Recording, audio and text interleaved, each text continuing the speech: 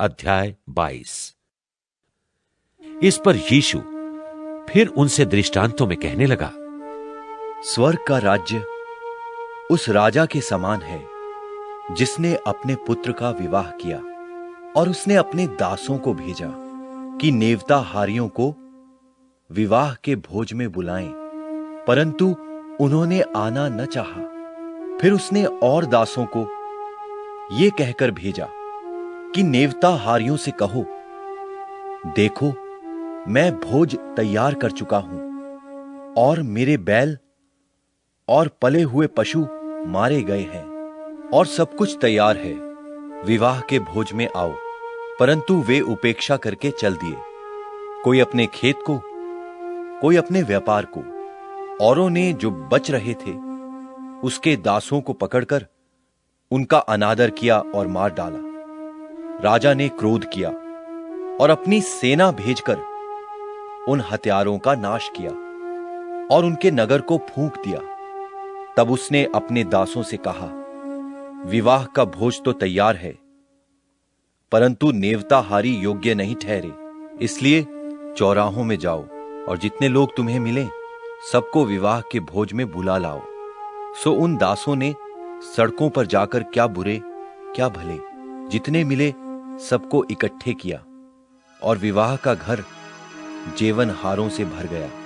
जब राजा जेवनहारों को देखने को भीतर आया तो उसने वहां एक मनुष्य को देखा जो विवाह का वस्त्र नहीं पहने था। उसने उससे पूछा, हे मित्र, तू विवाह का वस्त्र पहने बिना यहां क्यों आ गया?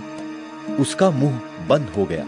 तब राजा ने सेवकों से कहा, इसके हाथ पांव बांधकर उसे बाहर अंधियारे में डाल दो, वहां रोना और दांत पीसना होगा, क्योंकि बुलाए हुए तो बहुत, परंतु चुने हुए थोड़े हैं।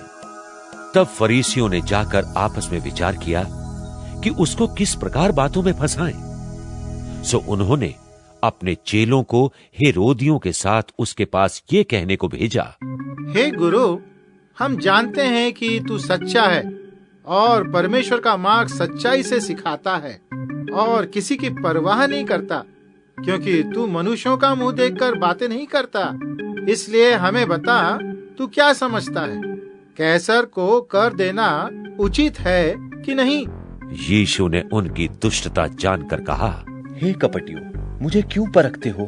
कर का सिक्का मुझे दिखाओ। तब वे उसके पास एक दीनार ले आए। उसने उनसे पूछा, ये मूर्ति और नाम किसका है? उन्होंने उससे कहा, कैसर का। तब उसने उनसे कहा, जो कैसर का है वो कैसर को, और जो परमेश्वर का है वो परमेश्वर को दो। ये सुनकर उन्होंने अचंभा किया और उसे छोड़कर चले गए। उसी दिन सदूकी, जो कहते हैं कि मरे हुओं का पुनरुत्थान है ही नहीं, उसके पास आए और उससे पूछा, हे गुरु, मूसा ने कहा था कि यदि कोई बिना संतान मर जाए तो उसका भाई उसकी पत्नी से विवाह करके अपने भाई के लिए वंश उत्पन्न करे। अब हमारे यहाँ 7 भाई थे। पहला विवाह करके मर गया और संतान न होने के कारण अपनी पत्नी को अपने भाई के लिए छोड़ गया। इसी प्रकार दूसरे और तीसरे ने भी किया, और 7 तक यही हुआ। सबके बाद वो स्त्री भी मर गई। सो जी उठने पर वो उन 7 में से किसकी पत्नी होगी? क्योंकि वो सबकी पत्नी हो चुकी थी। यीशु ने उन्हें उत्तर दिया, तुम पवित्र शास्त्र और परमेश्वर की सामर्थ नहीं जानते, इस कारण भूल में पड़ गए हो। क्योंकि जी उठने पर विवाह शादी न होगी, परंतु वे स्वर्ग में परमेश्वर के दूतों की नाई होंगे। मरे हुओं के जी उठने के विषय में क्या तुमने ये वचन नहीं पढ़ा, जो परमेश्वर ने तुमसे कहा कि मैं इब्राहिम का परमेश्वर और इसहाक का परमेश्वर और याकूब का परमेश्वर हूं? वो तो मरे हुओं का नहीं, परंतु जीवितों का परमेश्वर है। ये सुनकर लोग उसके उपदेश से चकित हुए। जब फरीसियों ने सुना कि उसने सदूकियों का मुंह बंद कर दिया, तो वो इकट्ठे हुए, और उनमें से एक व्यवस्थापक ने परखने के लिए उससे पूछा, हे गुरु, व्यवस्था में कौन सी आज्ञा बड़ी है?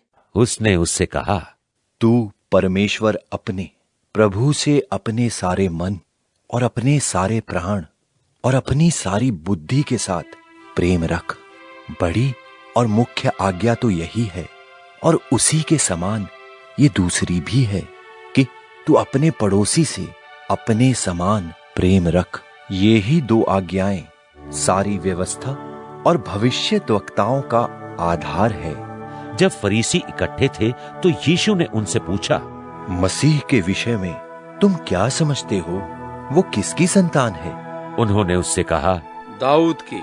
उसने उनसे पूछा, तो दाऊद आत्मा में होकर उसे प्रभु क्यों कहता है कि प्रभु ने मेरे प्रभु से कहा, मेरे दाहिने बैठ, जब तक कि मैं तेरे बैरियों को तेरे पांवों के नीचे न कर दूं। भला जब दाऊद उसे प्रभु कहता है तो वो उसका पुत्र क्यों कर ठहरा? उसके उत्तर में कोई भी एक बात न कह सका, पर उस दिन से किसी को फिर से उससे कुछ पूछने का हियाव न हुआ।